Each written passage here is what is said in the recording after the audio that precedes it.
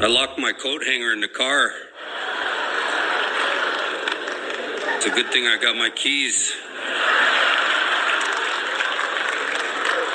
Back home on the reservation, I used to work as a waiter in a restaurant, greeting people at the front door, asking them if they had reservations.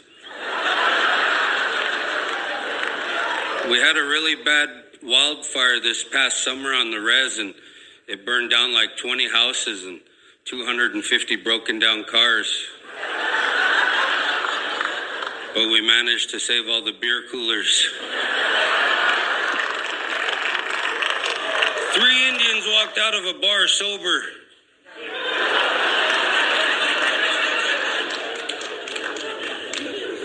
It could happen.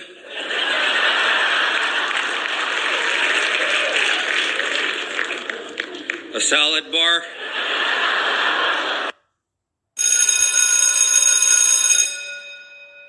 Good morning. It is Thursday, December the 29th, and this is The True Conservative. Welcome to all the butchers, bakers, and candlestick makers out there. I'm Ron, your host, and the only true conservative in the United States today. So today, after the daily declaration for spiritual warfare and the Pledge of Allegiance and Star Spangled Banner, we will have no free lunch, Trump, Reagan Pledge, bill-maher, Northern Virginia legal advice, and Jinx, Chapter 25. All that and more when I get back.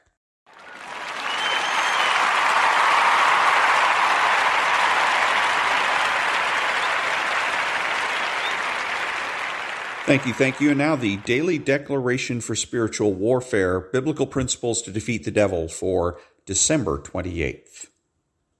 I will wait upon the Lord and renew my strength. Create in me a clean heart, O God, and renew a steadfast spirit within me. He who raised up the Lord Jesus will also raise me up with Jesus and will present me before your face. Amen. And that was the Daily Declaration for Spiritual Warfare for December 28th. If you look out at that grand flag stretched behind us, you can see what we think of ourselves, our country, and our future.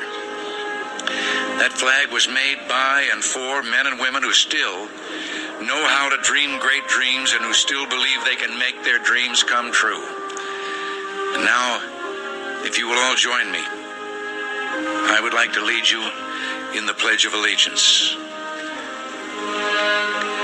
I pledge allegiance to the flag of the United States of America and to the republic for which it stands, one nation, under God, indivisible, with liberty and justice for all.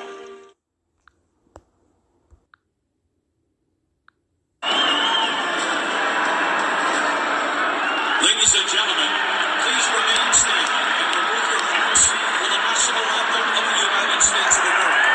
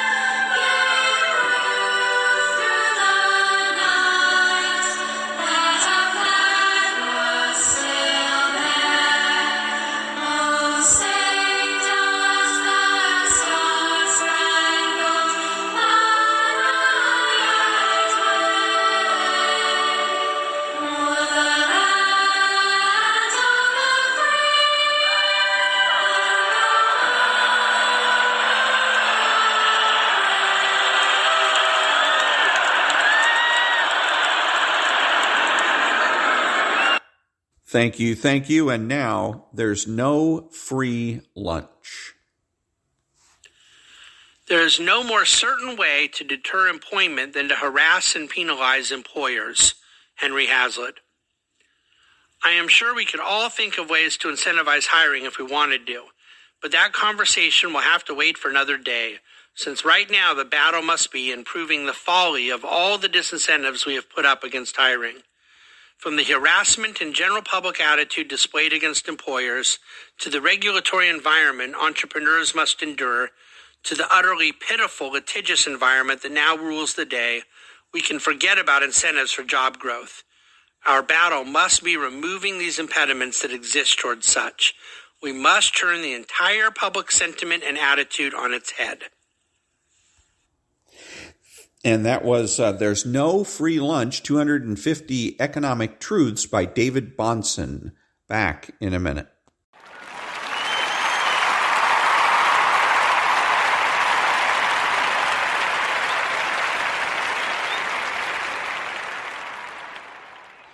Thank you. And now our favorite North Virginia attorney about the possibility of getting a criminal record for speeding. Did you know you could be saddled with a permanent criminal record for traveling as little as 10 miles an hour over the speed limit in Virginia? It's true. Hi, I'm Northern Virginia criminal defense attorney Scott Nolan, and I'm here to talk to you about why a reckless driving charge in Virginia is so serious. Every state in the country has a reckless driving law, and it's usually one or two laws, and they'll say something to the effect that if you are driving in a way that you put life or property at risk, then you are driving recklessly. Straightforward. In Virginia, however, there are 16 different definitions of reckless driving across 14 different statutes. The one that most people run afoul of, however, is the one that says if you are traveling more than 20 miles an hour over the speed limit, or 80 miles an hour or faster, you are driving recklessly. Virginia then becomes the only state to criminalize speeding. In much of the state, you can travel at 70 miles an hour on the highways. But at 80 miles an hour, you're not just speeding, you're committing a crime. This is often startling to learn when you have never been in trouble before, or especially if you're an out-of-state driver passing through Virginia, to find that this is not just a glorified speeding ticket. This is a permanent criminal record for doing essentially 11 miles over the limit. So, the penalties for reckless driving are, in theory, up to $2,500 and up to a year in jail. You could also lose your license for a full year. Now, that's not a typical result. It's not even a result that hardly ever happens. Most people convicted of a first offense reckless driving, depending on how bad the recklessness was, are not going to go to jail. However, that's little comfort when they realize what you are going to get is a permanent criminal record. Every time you apply for credit, every time you apply for a job, every time a background check is done on you, if you have a security clearance, it's going to come up every time. So, if you're charged with a reckless driving in Virginia, don't just treat it like a traffic ticket. Don't just treat it like a speeding ticket, because it isn't. Go talk to a qualified, experienced criminal defense attorney and make sure it's somebody who doesn't just dabble in traffic law. Make sure it's someone who is experienced and talk to them about your possible outcomes. It's important.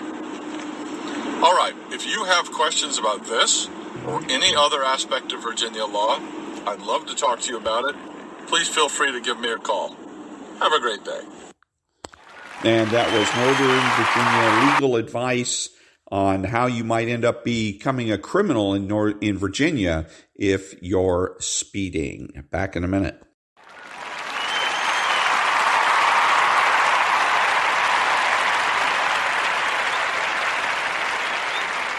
Thank you. And now, 8 minutes with Bill-Maher. And finally, new rule, nothing with crypto in the title ever turns out good. There is a mania rising in the country these days about cryptocurrency and how the train is leaving the station, so you better get on. Tesla has jumped in with both feet, and Microsoft accepts it for software now. Etsy accepts it now, and so does PayPal and Starbucks and Whole Foods and Home Depot. 1 in 10 Americans use their stimulus checks to invest in one of thousands of cryptocurrencies in existence, Bitcoin being the most famous, but there's also Ethereum, Binance, Tether, even one called Cumrocket. There's also one called Dogecoin that someone started as a joke, but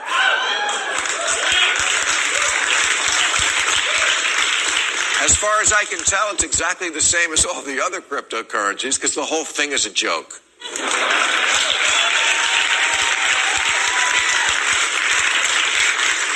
I fully understand that our financial system isn't perfect, but at least it's real. Apple stock is worth money because Apple makes $1,000 phones that everyone buys and then drops in the toilet. But Dogecoin recently rallied to be worth more than the market cap of Ford and Kraft Foods, and it has no product and no workers. It's just Easter Bunny cartoon cash. I've read articles about cryptocurrency, I've had it explained to me, and I still don't get it, and neither do you or anyone else. And I'll explain why. So, there's these things called nerds.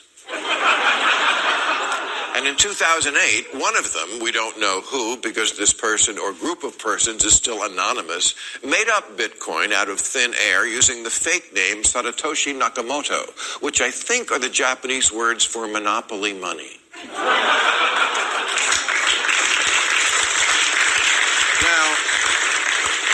Now, capitalism, of course, has always contained an element where instead of actually making something or providing a service for money, you could make money in the exciting field of money.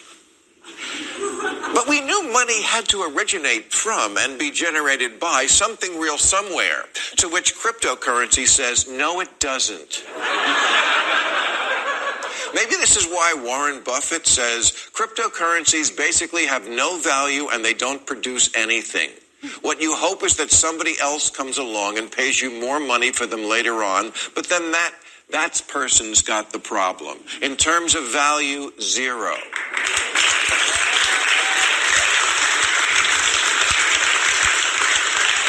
Or as another analyst put it, it's an open Ponzi scheme. It's like having an imaginary best friend who's also a banker. This is how the world economy crashed in 2009. It wasn't the lost value in actual houses that sunk us. It was this virtual market that required inventing algorithms to bet on how much houses might be worth in a virtual scenario. But then the landlord called in the bill for this virtual market because in adult land, it turns out the landlord is always real.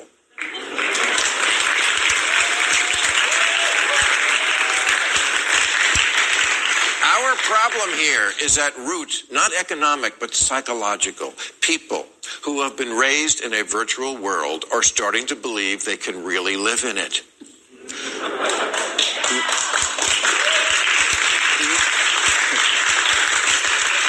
Much of warfare is a video game now. Why not base our economy the same way?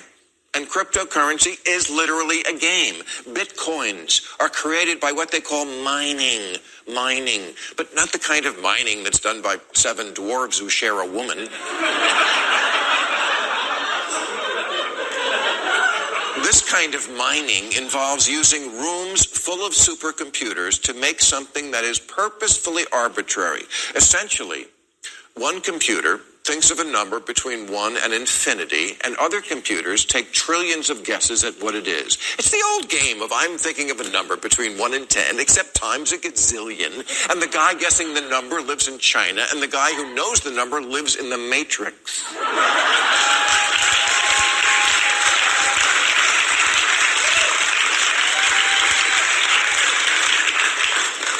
make that work.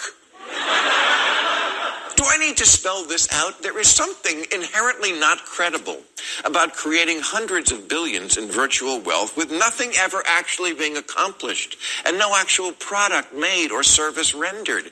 It's like Tinkerbell's light. Its power source is based solely on enough children believing in it.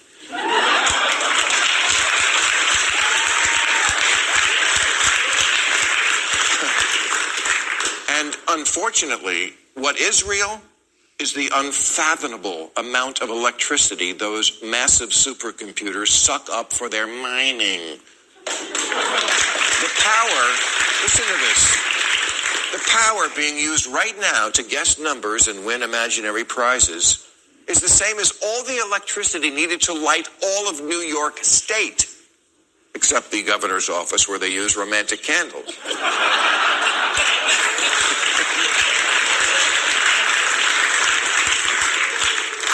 Bitcoin uses more electricity per transaction than any other method known to mankind.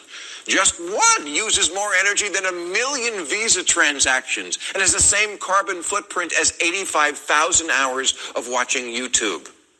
What a 15-year-old calls the weekend. Bitcoin uses more energy than Netflix, Apple, Facebook, Microsoft, and Google combined. I mean, cars are bad for the climate, but at least they take you somewhere.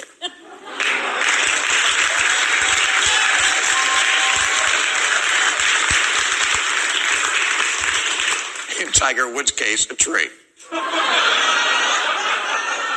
But this is just a beanie baby that runs on coal. How can a company like Tesla be all in on saving the planet with electric cars and then participate in destroying it with this completely unnecessary online play money?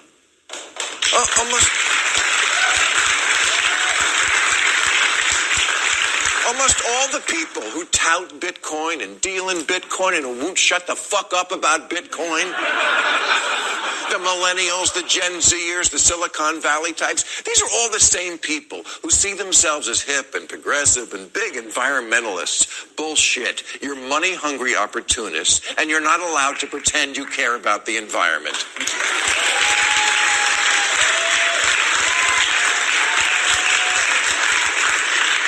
According to the journal Nature, Bitcoin's growth could single-handedly push global temperatures above the tipping point of 2 degrees Celsius. I know, melting ice caps can wait. Your Green New Deal involves cash.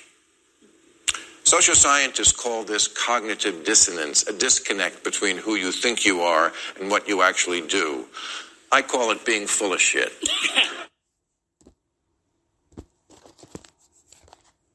And that was Bill-Maher about the Bitcoin, etc.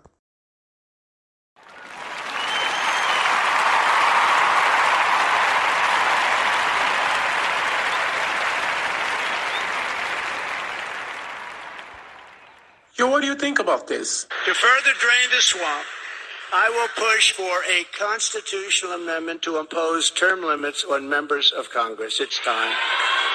It's time.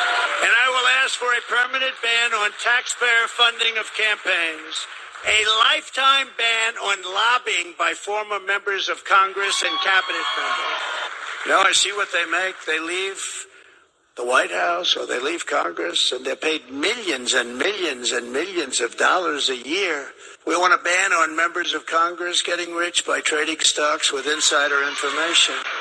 And many of our great members agree with that. They actually agree with that. And of course, we will do whatever it takes to bring back honesty, confidence, and trust in our elections. I will immediately demand voter ID, same-day voting, and only paper ballots.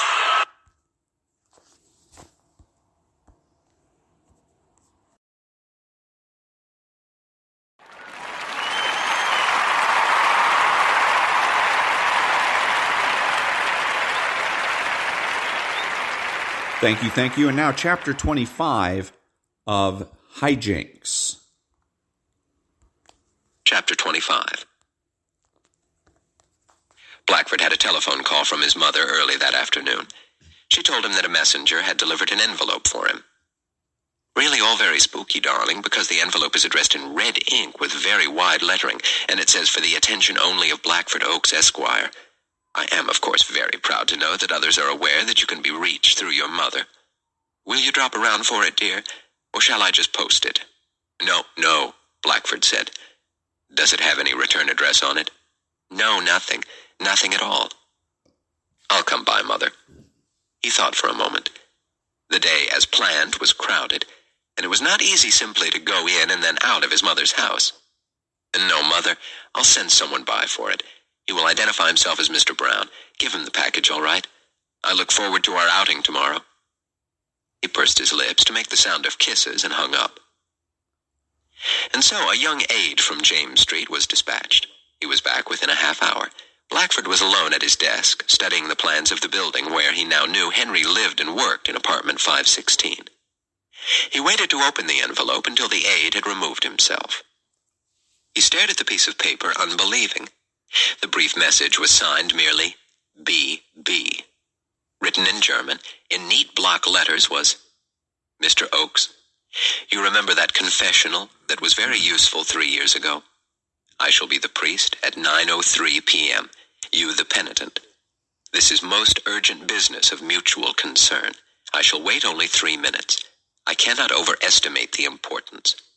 If there are interruptions of any kind, the benefit to both parties will be eliminated." It hadn't required him to speculate about the location of the proposed rendezvous. 3 years before, Boris Bolgin would meet his British informer, when there was traffic to be exchanged, at the fourth confessional stall back from the altar, on the left side of the church at Farm Street. Blackford Oaks had worked on the case, and in due course the clandestine arrangement became known to him. The meeting place had the obvious advantages, the church being dimly lit, and at that hour priests were not hearing regular confessions, so that any odd-hour worshippers remarking a priest enter the stall would reason simply that special arrangements had been made, somebody sick or in imminent danger of going to hell or off the following day on a trip around the world single-handed on a sailboat, whatever. A private meeting with Bolgin, his chief antagonist for 3 years now, head of KGB Britain.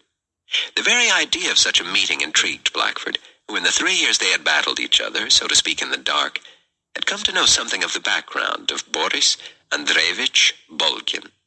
Several times Blackford had stared probingly at the single photograph the archives possessed of the man who posed as military attaché at the Soviet embassy, who never attended any public function and was never present at any of the very few social functions held at the embassy. Rufus. He must consult with him, Blackford thought. And thought again. He did not doubt that Rufus would authorize him to cooperate, but Rufus might stipulate certain precautions that Bolgin would interpret as a breach of trust. Blackford's esteem for Rufus was such that he asked himself finally whether Rufus, in Blackford's shoes, would report to Rufus, and decided, although with misgivings, that Rufus would not report to Rufus, and so Blackford would not. He picked up the telephone to cancel his scheduled meeting with Minerva, who wept over the telephone until Blackford promised that he would telephone her if he found himself free later in the evening. "No matter how late," she pleaded. "No matter how late," Blackford promised. It proved to be much later than he expected.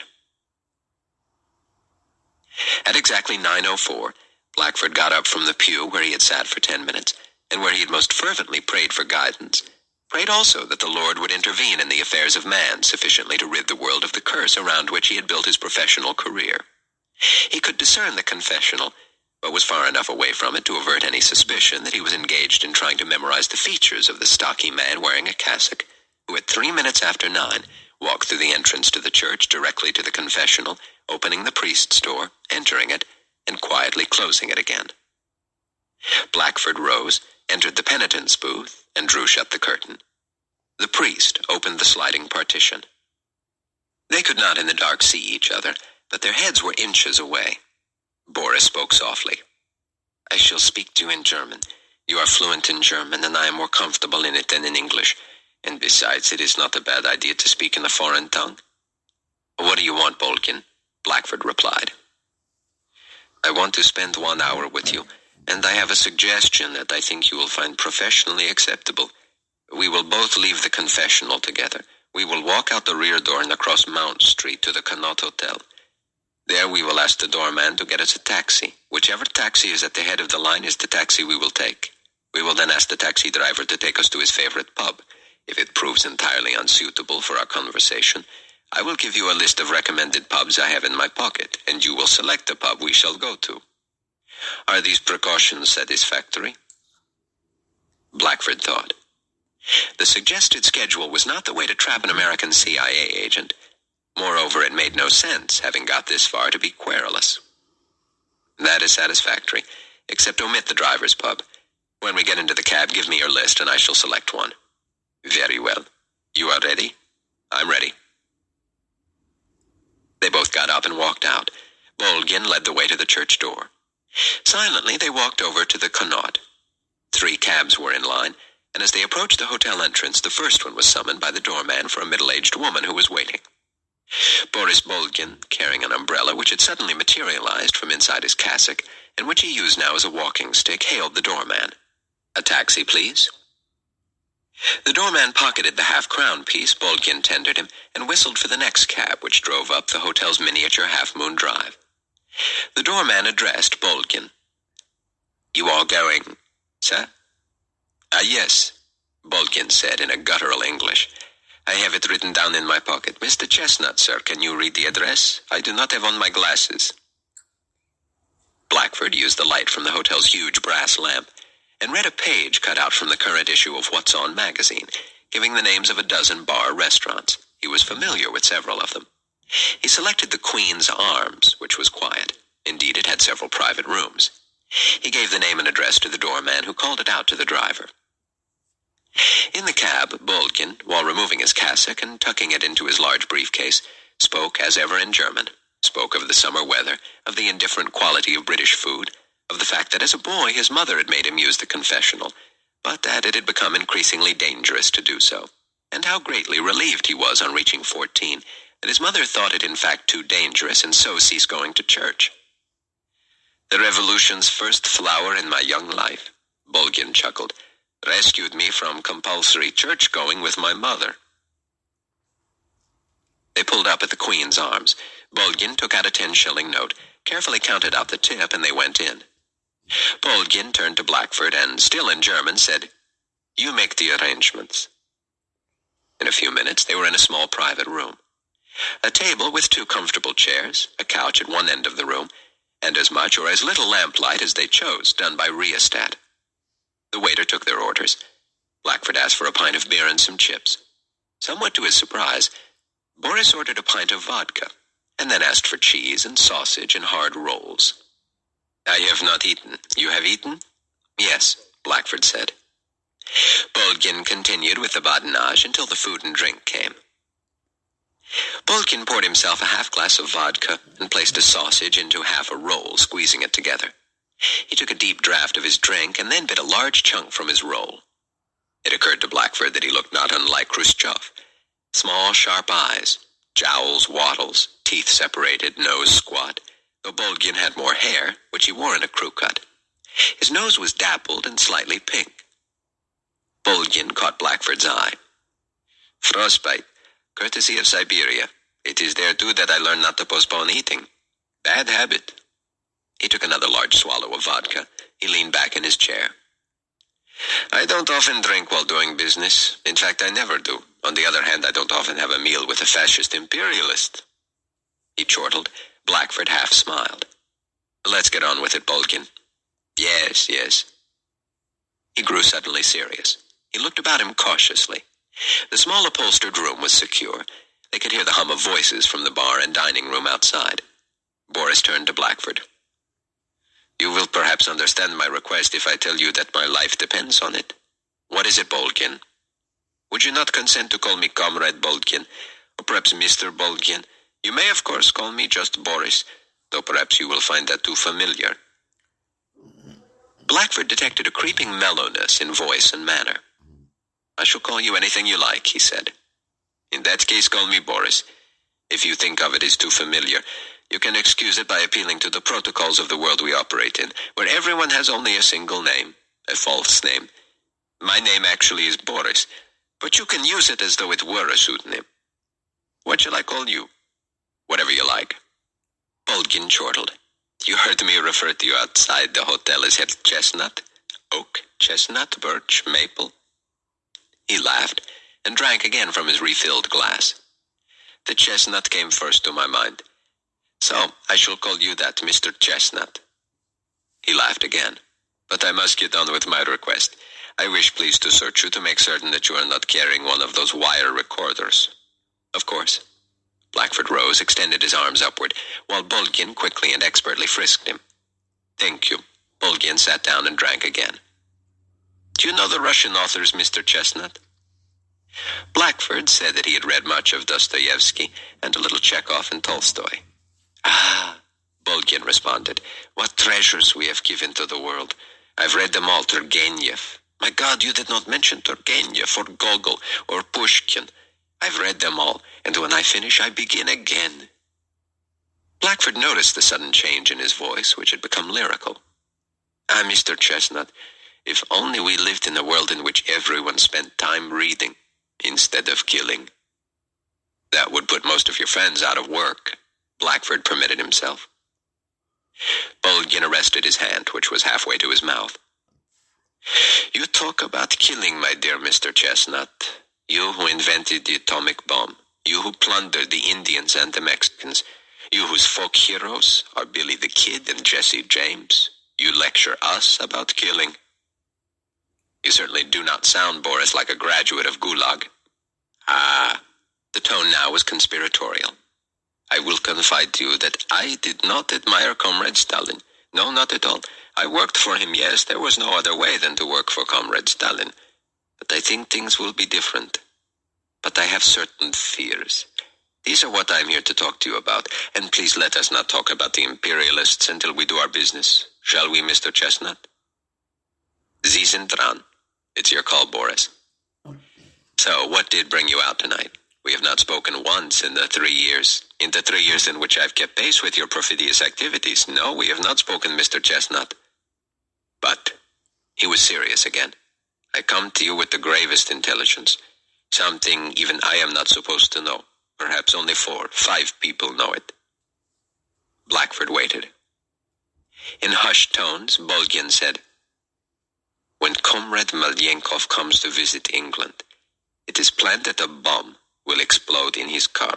The English will be publicly blamed, and Beria will take over the government in Moscow. Blackford found himself breathing slowly. Bulgin drank again. Blackford, why are you telling me? Because I do not want another Stalin, Bulgin said simply, his eyes downcast. What use did you expect me to make of this information? Have security forestall the accident.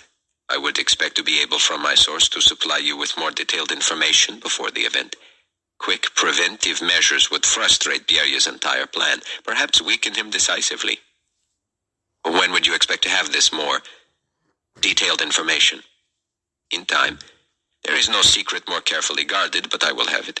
If I do not have it 24 hours before the visit is scheduled, then you must abort that visit on whatever pretext.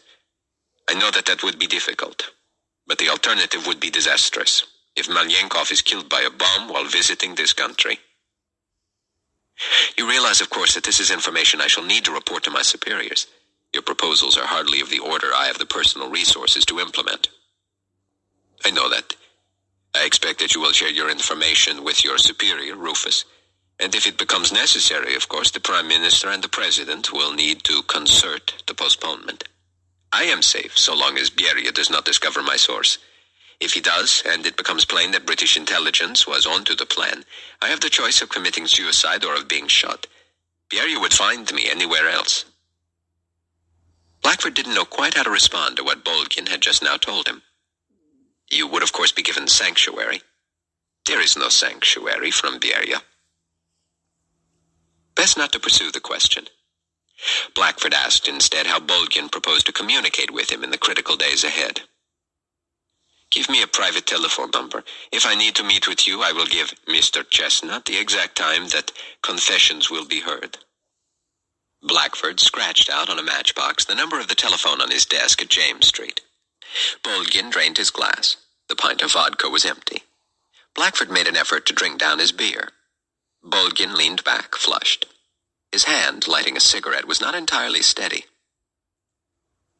The next few days, at most 2 weeks, will tell. If all goes well, we will be fighting each other again. He beamed. But I will then be something else than the agent of Beria. Blackford thought it best not to say what was on his mind. That Malyenkov and Khrushchev and Bulganian had not got where they had got, except by satisfying the same monster, Stalin. Better, he thought, to be passive. He called for the bill, and presently they walked out together. Bolgin did not extend his hand, satisfying himself merely with "Auf Wiedersehen." Bolgin hailed the first cab, Blackford the next. He gave the address of Rufus. His heart pounded. From the corner of Rufus's block in the pub he called. Rufus answered his phone pursuant to the convention. 2 rings, hang up, ring back, answer on the 4th ring. Upstairs in the apartment, he listened exactly to the exactly recounted story. It was 5 a.m. in Washington when, after bidding Blackford good night, Rufus telephoned to the director on the special line. Blackford was wide awake. He went back to the pub and dialed a number, and was greatly pleased to hear Minerva's voice. "Are you busy, Minerva?" he asked. "Never too busy for my golden boy. When will you be here?" "I should say in 20 minutes. I could use a little champagne." "Is that all you could use, Doc?" "That's all I can use that you might not have on you," Blackford said, smiling into the phone. He had, in visiting Rufus, discharged his nervous exhilaration. With Minerva, of whom he had grown passionately fond, he hoped also to discharge his physical exhilaration, and to please her, at which he had become accomplished. He was back at his desk at James Street at 7 in the morning. And that was Chapter 25 of Jinx by William F. Buckley, Jr.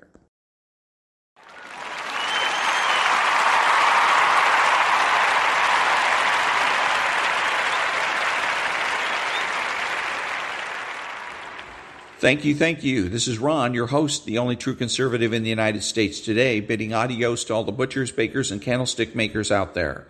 Until next time, remember that the left has no authority, no power, and they can't win.